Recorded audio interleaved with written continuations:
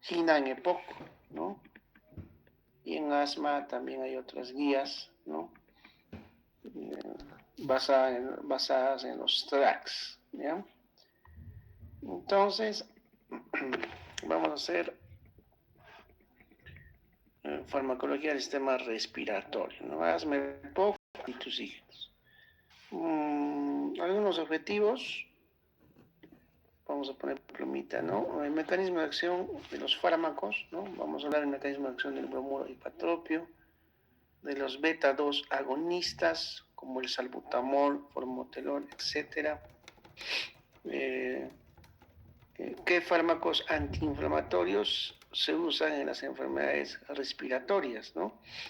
Por ejemplo, en un ataque agudo de asma se usan glucocorticoides que tienen un efecto antiinflamatorio y broncodilatador, ¿no?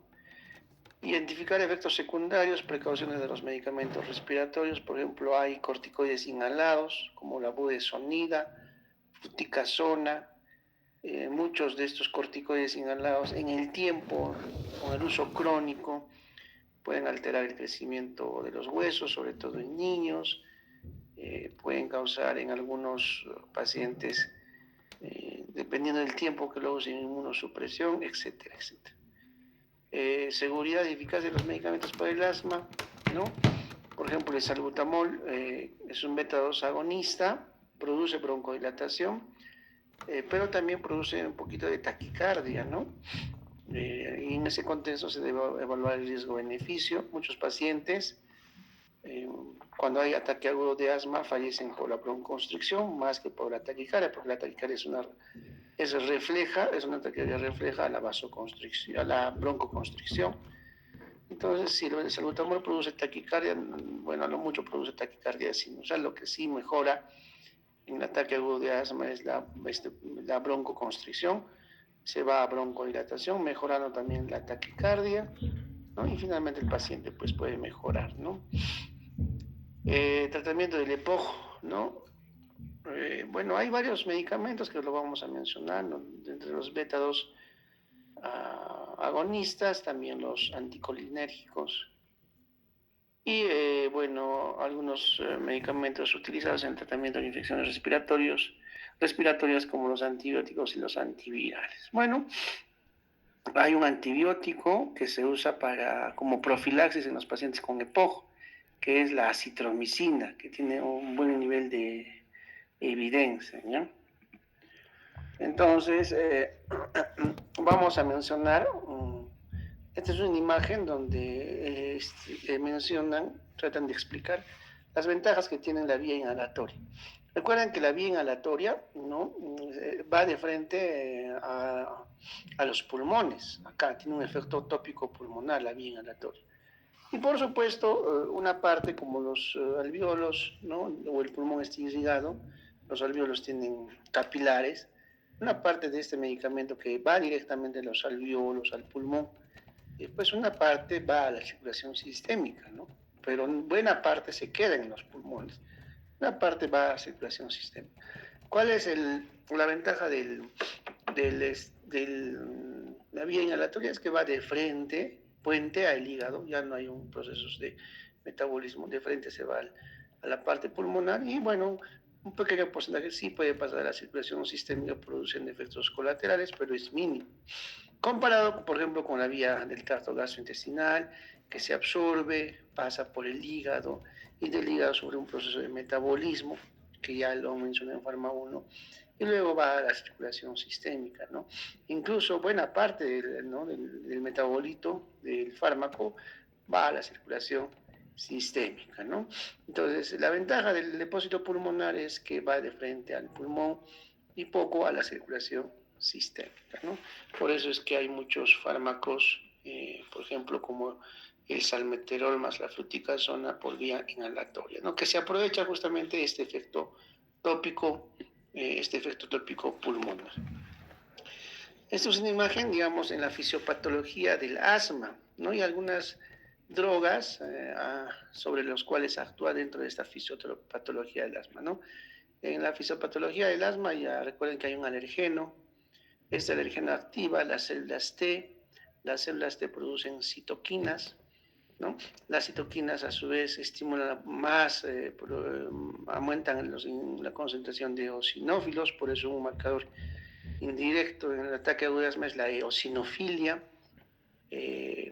Dicho sea de paso, los eosinófilos producen leucotrienos y factores quimiotácticos para llamar más eosinófilos y finalmente producir una inflamación de la vía aérea, broncoespasmo, ¿no? Broncoespasmo y aumento de la secreción mucosa de las células del epitelio simple cúbico en el bronquio, ¿no? Y por otro lado también las citoquinas actúan en las células B. Estas células B producen inmunoglobulina E, esto es importante, ¿no? Entonces se ve en muchos casos eosinofilia, se dosa también inmunoglobulina E para ver, ¿no? En el ataque agudo de asma, esta inmunoglobulina E estimula a las células, a las células mastocitos, las sensibiliza, ¿no? Y finalmente estas células mastocitos se degranulan, o sea, liberan sus glándulos, liberando histamina, leucotrienos y otras citoquinas que producen finalmente broncoconstricción y finalmente producen también aumento de la secreción mucosa, ¿no? Acá vemos un bronquio hiperreactivado versus un bronquio normal. Mira, aquí incluso el músculo liso se torna más grueso, el epitelio empieza a secretar un moco, una mucosidad, hay broncoconstricción, ¿no? Producto de estas sustancias liberadas de las células mastocitos, ¿no? Entonces, acá hay varios fármacos. Hay un fármaco que evita esta sensibilización de los mastocitos y evita la liberación de las histaminas, leucotrienos, citoquinas responsables de la broncoconstricción, ¿no? Por ejemplo, acá tenemos los glucocorticoides, que son antiinflamatorios, recuerden, ¿no? Que van a inhibir todo el proceso de inflamación, en realidad, ¿no? En este esquema se ven varios puntos sobre el cual actúan los glucocorticoides, inhibe la activación de las células T, inhibe la producción de citoquinas, ¿no? Inhibe la sensibilización de los mastocitos, inhibe la liberación de leucotrienos y otras sustancias quimiotácticas por parte de los eosinófilos, ¿no? Y indirectamente finalmente va a producir broncodilatación, porque por eso en el glucocorticoide es importante en el ataque agudo del asma, ¿no? En el otro fármaco tenemos el cromoglicato de sodio. Acá está en inglés, ¿no? Cromoglin sodio. Cromoglicato de sodio hay por vía inhalatoria, hay cromoglicato de sodio inhalatorio, ¿no? Su acción principal es inhibir la liberación o la degranulación de los mastocitos, inhibiendo la liberación de histamina, leucotrienos y citoquinas, ¿no? Más o menos en este punto, ¿no? Es donde actúan los cromoglin sódico, ¿no?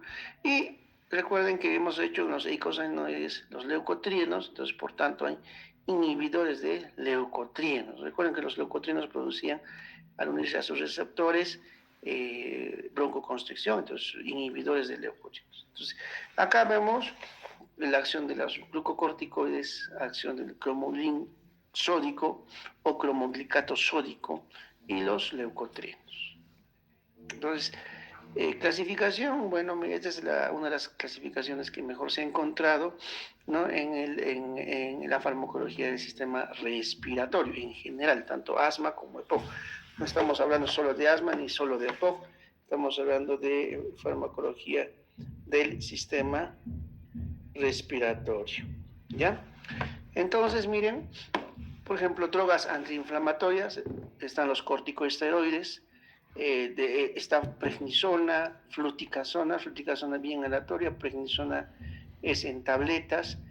Acá hay corticoides por vía endovenosa, sobre todo en ataque agudo de asma, ¿no? Porque ahí no voy a usar pues prednisona, ¿no? En ataque agudo de asma se da corticoide por vía endovenosa. Otro intrainflamatorio, en la parte de la farmacología respiratoria tenemos los estabilizadores de células mastocitos, como hemos mencionado, el cromoglicato sódico, que inhibe, ¿no? Inhibe la liberación de histaminas, leucotrienos y citoquinas por parte de las células mastocitos, ¿no? Ya. Entonces son estabilizadores de células mastocitos. Las drogas antileucotrienos, ¿recuerdan? ¿No? En Estados hemos hecho los Lucats, ¿no? Montelukast, Safirlukast, ¿no? Que son los inhibidores directos y indirectamente el Sileutón, que vamos a otra vez repasar. Inhibidores de fosfodiesterasa, el roflumilast, ¿no? Que son, digamos, que vamos a ver que inhibe la fosfodiesterasa, ¿no? Luego de los fármacos antiinflamatorios, ¿no? Tenemos los broncodilatadores, que también son otro pilar fundamental en el tratamiento en la farmacología del sistema respiratorio, tanto de asma como EPOC. Los beta-2 agonistas, ¿no? Recuerden que los beta-2 agonistas son los que terminan, ¿no? En LOL, albuterol, albuterol, formoterol, salmeterol. El otro nombre del albuterol es salbutamol, ya no se olviden. Acá no le está mencionando, pero el otro nombre es el salbutamol o albuterol. Y su nombre comercial famoso es el Ventolin, ¿no? Este produce broncodilatación. Otros broncodilatadores que no son beta-2, sino por ejemplo tienen efecto antimuscarínico, por ejemplo el bromuro de hipatropio, el tiotropio, que vamos a ver, que son más, estos se usan más en EPOC, ¿no? En asma, beta-2 agonistas. En EPOC, los anticolinérgicos como el bromuro de hipatropio o tiotropio. Otros broncodilatadores tenemos teofilina, también vamos a ver su mecanismo de acción. Bueno, estos anticuerpos son monoclonales, antitusígenos, expectorantes, antihistamínicos. Ya de todos los que mencioné, excepto los anticuerpos monoclonales, hasta acá nomás, acá vamos a hacer una línea. De acá para atrás, hasta ahí más o menos son los que han demostrado buen nivel de evidencia en cuanto al tratamiento de asma y EPOC. Claro, unos más que otros, eso vamos a ver. Ya estos anticuerpos monoclonales, omalizumab, ¿no? Ya en casos refractarios a tratamiento, ¿no? Los demás antitusígenos como codeína, dextrometorfano, expectorantes, antihistamínicos, difenhidramina, clorfenamina, etcétera, etcétera, todos estos ya no son tratamiento directo para el asma EPOC, sino estos son más de manejo sintomático. Entonces vamos a empezar con los corticosteroides, ¿ya? Después estabilizador de los mastocitos, el cromolicato de sodio, ¿no? Los antileucotrinos, recuerden, hay dos grupos, los directos, los Lucats, y acá estamos viendo cómo el Sileutón inhibe la transformación del ácido araquidónico en leucotrienos, recuerden, en icosanoides que hemos hecho, y acá están los inhibidores de los receptores de leucotrienos. Los receptores de leucotrienos son los CITs, ¿no? Los CITs. Entonces acá los Lucats están inhibiendo directamente los receptores de leucotrinos, son antileucotrinos directos. Y esos indirectos, el Sileutón, que indirectamente se va más a la cadena más anterior, ¿no? Donde inhibe la 5-lipoxigenasa, inhibiendo la producción de leucotrienos finalmente, ¿no? Pero quien inhibe la unión de estos leucotrienos a su receptor son los Lucats, Montelukast, Safirlukast, ¿no? Inhibidores de fosfodiesterasa que vamos a ver no tienen un sitio específico, ¿ya?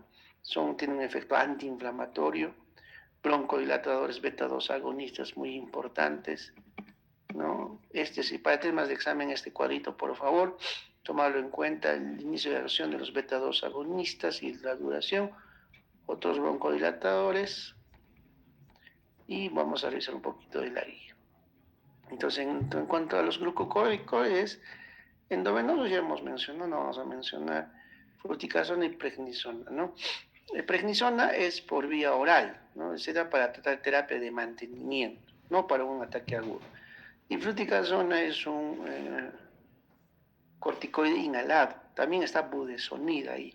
Anoten, budesonida, fluticasona son corticoides inhalados. Prednisona es un corticoide sistémico, pero por vía oral. Ambos son corticoides, ¿no? Este es por vía inhalatoria, este es por vía sistémica oral, ¿no?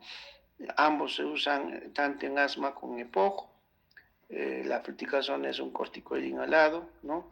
Entonces, por tanto, va más al pulmón y poco se va a un efecto sistémico, ¿no? La prednisona tiene sí un efecto sistémico, tiene un efecto antiinflamatorio, ¿no? Entonces, el enfoque de administración inhalatoria reduce los efectos secundarios sistémicos, ya les he mencionado, poco efecto sistémico más un efecto tópico pulmonar. Entonces, lo que hace ideal para terapia de mantenimiento a largo plazo, ¿no? Esta es la fluticasona, miren, no solamente viene solo fluticasona, puede venir combinaciones, ¿no? Salmeterol, que es un beta-2 agonista, más fluticasona, ahí está, ¿no? En aerosol, ¿no? Diferentes marcas, ¿no? Asmabron, Bromex, salmeterol más fluticasona en vía inhalatoria, ¿no? Es el corticoide inhalado, sobre todo, para terapia de mantenimiento a largo plazo, ¿no? La prednisona les he dicho que es un corticoide sistémico, es inmunosupresor, por supuesto, tiene efecto antiinflamatorio, por eso se usa en asma, ¿no? Pero esta prednisona es más para prednisona por vía es para el mantenimiento, pero si queremos usar corticoide, tenemos para el ataque agudo de asma, exacerbación grave de asma, se usa corticoide, sí, pero por vía endovenosa, tipo, puedes usar hidrocortisona o su equivalente a dexametasona, lo ideal es hidrocortisona, ¿no? Entonces, los corticoides para la inflamación aguda tienen que ser por vía endovenosa, ¿ya? Peor si estamos en un estatus asmático, una emergencia por asma, ¿no? Y el corticoide, en este caso sistémico, por vía oral, que es la prednisona, ya es para la terapia de mantenimiento. Bueno, tiene muchos efectos colaterales que ya hemos visto, inmunosupresión, es un corticoide, puede producir supresión adrenal, o producir osteoporosis a largo plazo, y si produce inmunosupresión puede predisponer a infecciones pues, severas, ¿no? Esta prednisona generalmente viene de 5, bueno, también viene de 50, viene también tabletas de 20 miligramos, ¿no? Las dosis van a depender de cada contexto clínico. En terapia de mantenimiento, generalmente se quedan solo con 5 miligramos cada 24 o cada 12 horas. En la etapa posaguda inicial, no aguda, sino la posaguda inicial, 50 miligramos cada 24, 20 miligramos cada 12, etcétera, etcétera, ¿no? Pero esto ya se traslapa, ¿no? De lo que has dado el corticoide por vía endovenosa, si ya mejora el paciente, le puedes continuar con prednisona. Luego están los estabilizadores de mastocitos, el cromolin sodio o cromolicato de sodio, es un medicamento que previene los síntomas del asma y otras enfermedades respiratorias alérgicas. Estabiliza los mastocitos, ¿no? Que hemos visto cómo está estabilizándolos acá, ¿no? Está la desgranulación de las células mastocitos, ¿no? Libera histaminas, leucotrienos y citoquinas. Entonces, lo que hace el cromolin sódico o cromoligato sódico estabiliza esta célula mastocito, evitando la liberación de estas histaminas, leucotrienos y citoquinas. ¿Ya? Entonces, estabilizador de los mastocitos, inhibe liberación de histamina. La histamina, recuerden que causa inflamación, espasmo bronquial, ¿no? La histamina es la encargada de que haya inflamación, espasmo bronquial, ¿no? Y evita la degranulación de los mastocitos que ya hemos mencionado. Reduce, por supuesto, la inflamación y espasmo bronquial, por supuesto. Miren, no es un broncodilatador y no proporciona alivio inmediato, es importante. O sea, en casos de exacerbación aguda, emergencias así aguda, de elección son los beta-2 agonistas por vía inhalatoria y corticoide endovenoso, ¿no? Este no es para la etapa aguda, ya es para la etapa de mantenimiento, ¿no? Y controla y reduce la frecuencia de síntomas en el asma. ¿Ya? ¿Está? Como la célula se está desgranulando, está liberando citoquinas y este proceso es inhibido por cromoglicato sódico. Esta también viene por, esta, ¿no? Viene por en aerosol, por vía inhalatoria tópica, ¿no? Para, sobre todo, no en exacerbaciones, sino en terapia de mantenimiento.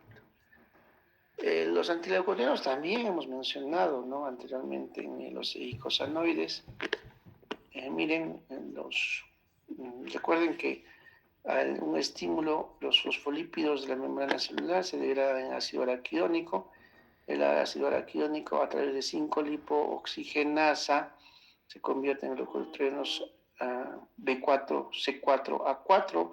Los C4 dan, pues, originan a los leucotrienos, ¿no? Otra vez D4, E4, ¿no? Y finalmente los leucocitos se unen a su receptor cis de leucotrienos, aumentan calcio, disminuyen AMP cíclico, y finalmente cuando hay aumento de calcio, ¿qué cosa hay? Contracción de la célula muscular lisa del bronquio y finalmente broncoconstricción, ¿ya? Entonces, así se producen los leucotrienos, y los antileucotrienos son tanto los LUCATs como el sileutón. El sileutón inhibe 5-lipoxigenasa, que hemos visto, inhibiendo la producción de leucotrienos. Los LUCATs inhiben directamente al receptor, inhibiendo la unión de los leucotrienos con su receptor cis, ¿ya? Así actúan. Entonces, Montelukast, Safirlukast, sileutón, son fármacos que se usan tanto en EPOC y asma. Son antagonistas de los receptores de leucotrienos, los LUCATs, ¿no? Y inhibiendo con la contracción de la célula muscular lisa del bronquio.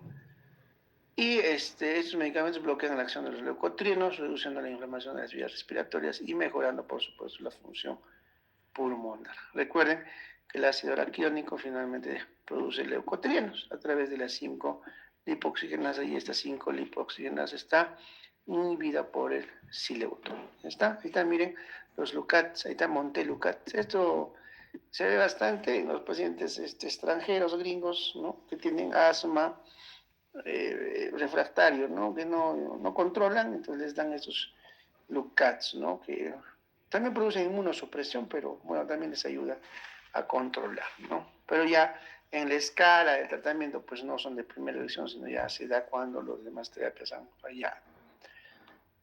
El sileutón, inhibidor de la 5-lipooxigenasa, también reduce inflamación y la broncoconstricción de las vías respiratorias. Ahí está el sileutón, tabletas de 600 miligramos, ¿no? El sileutón inhibe 5-lipooxigenasa, inhibiendo la producción de los leucotrienos. Luego tenemos los inhibidores de fosfodiesterasa, ¿no? El roflumilast, ¿ya?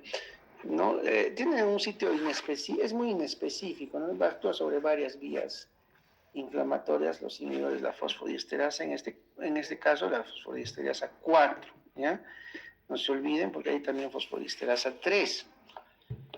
Este inhibidor de fosfodiesterasa 4, ¿no? Inhibe las células dendríticas, inhibe al mastocito, a la liberación de citoquinas liberadas por los mastocitos, inhibe a los eosinófilos, inhibe todos los procesos proinflamatorios, inhibe liberación de producción de linfocitos CD4, inhibe liberación de interleuquina 4, interleuquina 5, disminuye la producción de inmunoglobulina E, que finalmente todas estas moléculas, interleuquina 4, interleuquina 5, inmunoglobulina E, no son moléculas citoquinas proinflamatorias, ¿no? Que van a producir broncoconstricción y aumento de la secreción mucosa en las vías aéreas, y todos estos procesos o esta liberación es inhibida por los inhibidores de fosfodiesterasa 4, ¿no? El roflumilast, ahí tenemos como ejemplo, se usa en EPOG, ¿no? En exacerbaciones frecuentes y síntomas graves de EPOG. Reduce la inflamación de las vías respiratorias y mejora la función pulmonar, por supuesto, y reduce la respuesta inflamatoria crónica característica. Esto es importante, ¿no? Reduce la respuesta inflamatoria crónica en el EPOG, ¿ya? Estos pacientes tienen como una inflamación continua crónica, ¿no? De las vías respiratorias, y responden con roflumilast. Se usa para terapia de mantenimiento, no para las crisis a largo plazo en combinación con broncodilatadores, ¿ya? No se usa en síntomas agudos, ¿no? Exacerbaciones agudas, no, es más de mantenimiento, ¿no? broncodilatadores beta 2 agonistas, ¿no? Esto sí, ¿no? Esto sí, no todos, por supuesto, pero sí se usan en el ataque agudo de asma, ¿no? Hay varios, ¿no? Mejor pongamos el cuadrito acá. ¿Dónde está? Acá, miren. Esto para temas de examen, por favor, miren. Los beta 2 agonistas, ¿no? ¿Qué producen? A ver, va, los beta, aquí está, no sé, aquí está, aquí está el receptor de beta 2, ahí está, ¿no? Ahí está el receptor beta 2, ¿no? Como está en la superficie del músculo liso, este es el músculo liso, ¿no? Como el receptor beta 2, ¿no? Transforma el ATP en AMP cíclico, el AMP, el AMP cíclico aumenta las concentraciones de AMP cíclico y inhibe, ¿no?, a la miosina, finalmente inhibe todo el proceso de miosina o la fosfatación de la miosina, y finalmente, como no hay fosfatación de la miosina, inhibe la contracción, ¿no? Ya, un ratito, por favor. Deme 2 minutitos.